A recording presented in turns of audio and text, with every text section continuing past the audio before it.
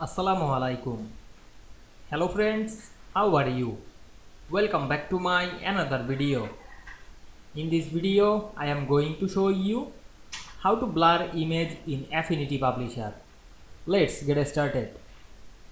At first, we go to a blank page. Now we want to blur a image. Go to the tool section and select the place tool. Then choose picture from our file. Now I am select this picture and click open and place this picture in this page. Now we can see this picture is clean. Now we want to make this picture blur. Click right button on our mouse and go to the layer effect option, and we can see here open the layer effect panel. Now I am go to the Gaussian blur option and check mark on the Gaussian blur. Then increase the radius to this Gaussian blur.